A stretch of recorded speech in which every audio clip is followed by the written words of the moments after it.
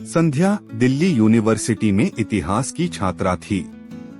एक दिन लाइब्रेरी में रिसर्च करते हुए उसे एक पुरानी डायरी मिली जिस पर नाम लिखा था प्रोफेसर शैलेश वर्मा। ये नाम उसे झटका दे गया क्योंकि वो उसके दादा का नाम था जिनकी मौत एक रहस्यमय दुर्घटना में हुई थी। डायरी का पहला पन्ना राजपुरा, एक गांव जो सरकार के नक्शे में तो है पर असल में गायब है। वहाँ कोई जाने की हिम्मत नहीं करता।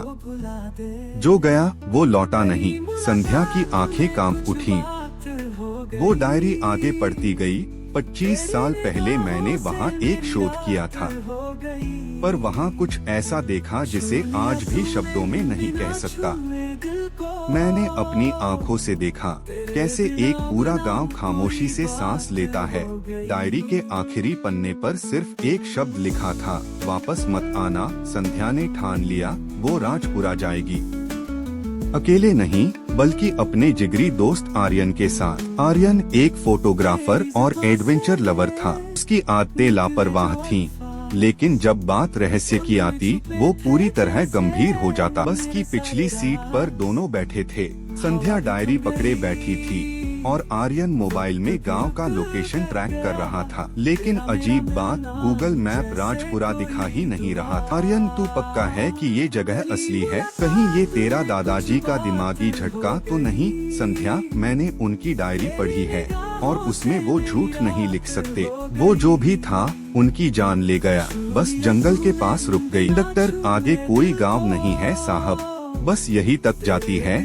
दोनों उतर गए। ना जंगल, ऊंचे ऊंचे साल और बबूल के पेड़, चारों तरफ सन्नाटा, हल्की हल्की बारिश और अचानक हवा चलने लगी। संध्या की डायरी के पन्ने अपने आप पलटने लगे। एक पेज पर पेंसिल से एक दिशा बनी थी, उत्तर पश्चिम। आर्यन, शायद ये दिशा गांव की तरफ जाती है। संध्या, चलते हैं। दोनों धीरे धीरे उस ओर बढ़े। कुछ दूरी पर जाकर एक टूटा हुआ पत्थर मिला जिस पर लिखा था, स्वागत है राजपुरा। लेकिन गा कहीं नहीं था। आसमान और धुंध में लिपटा एक रहस्यमय द्वार जैसे हवा में तैर रहा हो। संध्या, देख, ये दरवाजा असली तो नहीं लगता। आर्यन ने हाथ बढ़ाकर उसे छूने की कोशिश की और झटका खाकर पीछे गिर पड़ा। उसने कहा, ये दरवाजा जिंदा है। संध्या ने डायरी का वो पन्ना फिर पढ़ा जिसमें लिखा था, गांव के अंदर जाने के लिए पहले खुद को पहचानना होता है। संध्या ने अपनी जेब से एक पुराना लॉकेट निकाला जो उसके दादा ने बचपन में दिया था। लॉकेट में एक चिन्ह था, त्रिशूल और चंद्रमा। जैसे ही लॉकेट दरवाजे के पास लाया गया, हवा थम गई और दरवाजा धीरे धीरे खुलने लगा। राजपुरा जैसे समय में जड़ा हुआ हो। पुराने मकान, लकड़ी की खिड़कियां, टूटी हुई छतें, पर हर घर में दिया जल रहा था। संध्या, ये जगह बसी हुई भी है और वीरान भी। आर्यन ने अपने कैमरे से कुछ तस्वीरें ली, लेकिन स्क्रीन पर कुछ भी नहीं आ रहा था। वो चौंक गया, कैमरे में ये गांव दिख ही नहीं रहा। तभी मंदिर की घंटी खुद ब खुद बजने लगी। मंदिर के पास एक बुजुर्ग बैठा था। उसकी आंखें सफेद थीं, शायद अंधा था। उसने दोनों की तरफ मुंह किया और मुस्कुराया। बाबा, तुम दोनों आ गए।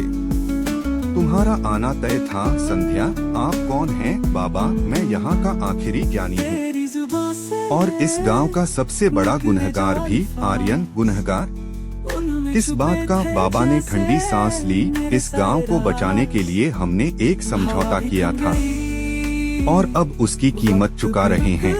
हर 25 साल बाद एक नई आत्मा चाहिए होती है कि गांव जिंदा रहे। संध्या, और इस बार वो आत्मा कौन होगी? बाबा, तुम खुद देख लोगी। लेकिन अब जब तुम आ ही गई हो तो रहस्य जानना भी तुम्हारा अधिकार है। राजपुरा के बीच में एक हवेली थी, टूटी हुई पर अब भी भव्य दिखती थी। संध्या ने उसे डायरी में देखा था। हवेली का दरवाजा अपने आप खुल गया। अंदर घुसते ही कमरे का तापमान गिर गया। खिड़कियां बंद थीं, लेकिन पर्दे उड़ रहे थे। दीवार पर एक चित्र था जिसमें संध्या जैसी ही एक लड़की खड़ी थी और उसके पीछे मंदिर में एक देवी की मूर्ति। आर्यन, ये तुम हो? ये कैसे हो सकता है संध्या, ये तो मेरी शक्ल है। पर ये चित्र कितने साल पुराना होगा। तभी एक आवाज गूंजी, राजपुरा तुम्हारे लौटने का इंतजार कर रहा था। हवेली के उस कमरे में जब संध्या और आर्यन ने पेंटिंग देखी जिसमें संध्या जैसी शक्ल वाली लड़की देवी के सामने खड़ी थी, उनके रोंगटे खड़े हो गए। ये मेरी तरह दिखती है, संध्या फुसफुसाई। ये तुम ही हो शायद। आर्यन ने दीवार के पास खड़े होकर गौर से देखा।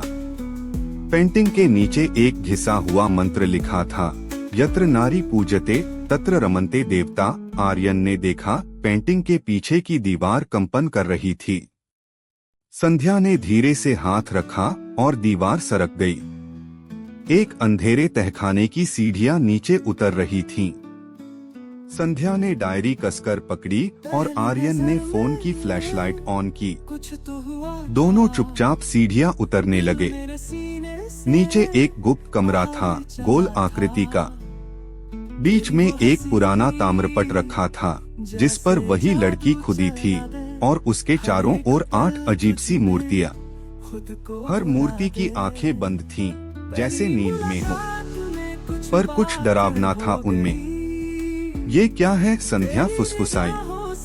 तभी एक धीमी भारी आवाज गूंजी, वो शक्ति तुम्हारे भीतर है संध्या। पीछे मुड़ते ही देखा वही बाबा खड़े थे जिनसे मंदिर में मुलाकात हुई थी। आप यहाँ? आर्यन ने चौंकते हुए पूछा। बाबा मुस्कुराए, मैं कहीं नहीं गया, मैं तो यही था, इस गांव से जुड़ा हुआ, संध्या से जुड़ा हुआ। क्या मतलब? संध्या ने पूछा। राजपुरा की आखिरी पुजारिन थी रिद्धिमा, तुम्हारी परदादी। देवी की रक्षा वही करती थी, लेकिन जब गांव के 8 पुजारी लालच में पड़ गए, उन्होंने शक्ति को कैद कर दिया। बाबा ने ताम्रपट की ओर इशारा किया। ये 8 वही हैं, अब अंधेरे में सोए हैं, लेकिन जागेंगे और तुम्हें रोकेंगे। अचानक ऊपर की सीढ़ियां थरथराने लगी। एक भारी छाया जलती हुई आंखों के साथ दीवार फांदकर नीचे आई। काले धुएं सी आकृति, बिना चेहरा, बस गुस्सा। शापित पुजारी जाग गए हैं, बाबा चिल्लाए। भागो। आर्यन ने संध्या का हाथ पकड़ा और दूसरे रास्ते की ओर भागा। बाबा मंत्र पढ़ने लगे। उनके चारों ओर प्रकाश की दीवार बन गई, लेकिन जैसे ही पुजारी छाया ने उन्हें छुआ, बाबा जलती रोशनी में गायब हो गए।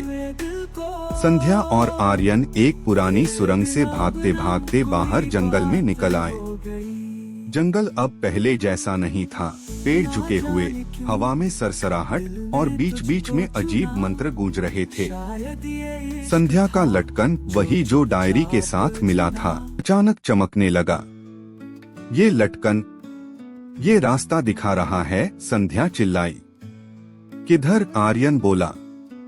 लटकन की चमक उन्हें एक झरने के पीछे ले गई और वहाँ एक और मंदिर छुपा था, बहुत पुराना, पत्थरों में छिपा। मंदिर के अंदर देवी की मूर्ति थी, आधी ढकी हुई, टूटी हुई सी। लेकिन जैसे ही संध्या ने लटकन पास किया, मूर्ति चमक उठी। दीवारों पर छिपे चित्रों में कहानी थी, रिद्धिमा, देवी और शाप। इस गांव की मुक्ति तभी होगी जब देवी पुनः जागेगी और शापित आत्माएं नष्ट होंगी, संध्या ने पढ़ा। तभी आर्यन बोला, अगर वो 8 पुजारी जाग चुके हैं तो क्या हम उन्हें रोक सकते हैं? संध्या ने गंभीर होकर कहा, हमें करना ही होगा। संध्या और आर्यन झरने के पीछे छिपे मंदिर तक पहुंचते हैं। मंदिर के भीतर की मूर्ति टूटी फूटी थी, लेकिन संध्या के गले का लटकन जैसे ही उसके पास पहुंचा, एक तेज प्रकाश फूटा और संध्या के हाथ कांपने लगे। आर्यन, संध्या, ये क्या हो रहा है तुम्हें? संध्या घबराते हुए, मुझे जैसे कोई शक्ति खींच रही है। देवी की मूर्ति की तरफ। मूर्ति की आंखें चमकी और एक आवाज आई, मानो हवा में किसी स्त्री की धीमी पुकार, दुर्गा स्वरूपा, समय आ गया है। संध्या बेहोश हो जाती है। संध्या सपना देखती है, वो खुद एक औरत के रूप में खड़ी है, सफेद साड़ी में मंदिर के बीचों बीच चारों ओर पुजारी खड़े हैं। उनमें से एक कहता है, रिद्धिमा, तुम्हारी शक्ति अब हमारी है। वो 8 पुजारी मिलकर देवी की मूर्ति पर काला अभिमंत्रण करते हैं। तभी रिद्धिमा, संध्या का पूर्व जन्म, क्रोधित हो जाती है, लेकिन वो हार जाती है। सपना टूटता है, संध्या को होश आता है। संध्या, मैंने सब देखा आर्यन, मैं ही रिद्धिमा थी। मंदिर के बाहर अचानक पेड़ हिलने लगते हैं, हवा भारी हो जाती है। पहला शापित पुजारी, एक लंबा, चेहरा ढका, जलती आंखों वाला राक्षस मंदिर के द्वार पर आ जाता है। शापित पुजारी, तू फिर से जागी है रिद्धिमा, पर इस बार हार तेरी ही होगी। आर्यन आगे बढ़ता है, लेकिन पुजारी उसे दूर फेंक देता है। संध्या का लटकन फिर से चमकता है, उसकी आंखें लाल हो जाती हैं और वो देवी के स्वरूप में बदलने लगती है। संध्या, भारी आवाज में, तेरा अंत यही है। वो हाथ बढ़ाती है और एक अग्निपिंड पुजारी की ओर जाता है। पुजारी जलने लगता है और चीखते हुए राख हो जाता है। आर्यन उठता है, पर उसके चेहरे पर कुछ हैरानी है। संध्या, तुम ठीक हो? आर्यन, मुझे कुछ याद आ रहा है, ऐसे मैं पहले भी यहाँ था। शायद किसी रूप में उसे एक झलक दिखती है। वो भी एक पुजारी था, पर जिसने रिद्धिमा का साथ दिया था।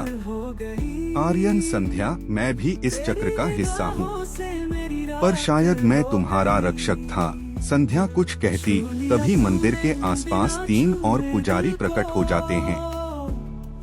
अब संध्या और आर्यन को मिलकर लड़ना होता है। संध्या की देवी शक्ति और आर्यन की मानसिक शक्ति साथ आती है। 3 शापित पुजारियों के साथ भीषण युद्ध होता है। तांत्रिक मंत्र, हवा में उड़ती राख, टूटते पेड़ और अंत में देवी की तीसरी आंख खुलती। चारों पुजारी नष्ट हो जाते हैं। अब बाकी के 4 पुजारी पहाड़ी की चोटी पर हैं। वहीं एक अंतिम गुफा है, जिसमें देवी की आत्मा बंद है।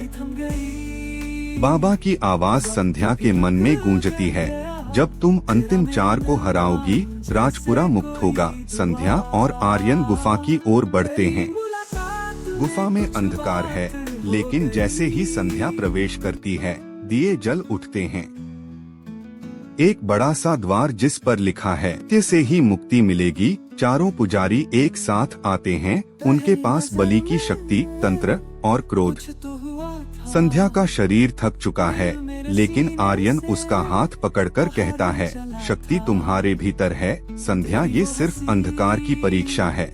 संध्या आंखें बंद करती है और तभी देवी की आवाज आती है, मेरा रूप तू है प्रचंड बंद। संध्या का रूप पूरी तरह देवी में बदल जाता है। रौद्र, चक्रधारी, अग्निकाय। वो चारों पुजारियों को एक साथ वश में करती है और उन्हें उस द्वार से बाहर निकालकर गांव की सीमा में बांध देती है। वो पुजारी अब शाप से मुक्त होकर सामान्य आत्माएं बन जाते हैं। राजपुरा का आकाश साफ हो गया। गांव की वीरानी में फिर से पक्षियों की चहचहाहट आने लगी। बाबा फिर से प्रकट होते हैं। वाह संध्या, तुमने रिद्धिमा का अधूरा काम पूरा किया। अब राजपुरा जीवित रहेगा। आर्यन और मैं, बाबा, तू उसका रक्षक था और रहेगा। संध्या और आर्यन मंदिर से बाहर आते हैं। सूरज की पहली किरण उनके चेहरे पर पड़ती है। संध्या दिल्ली लौटती है, पर अब वो सिर्फ एक छात्रा नहीं, बल्कि एक शक्ति स्वरूपा है। राजपुरा अब एक दर्शनीय स्थल बन चुका है। लोग वहाँ दर्शन करने आते हैं। संध्या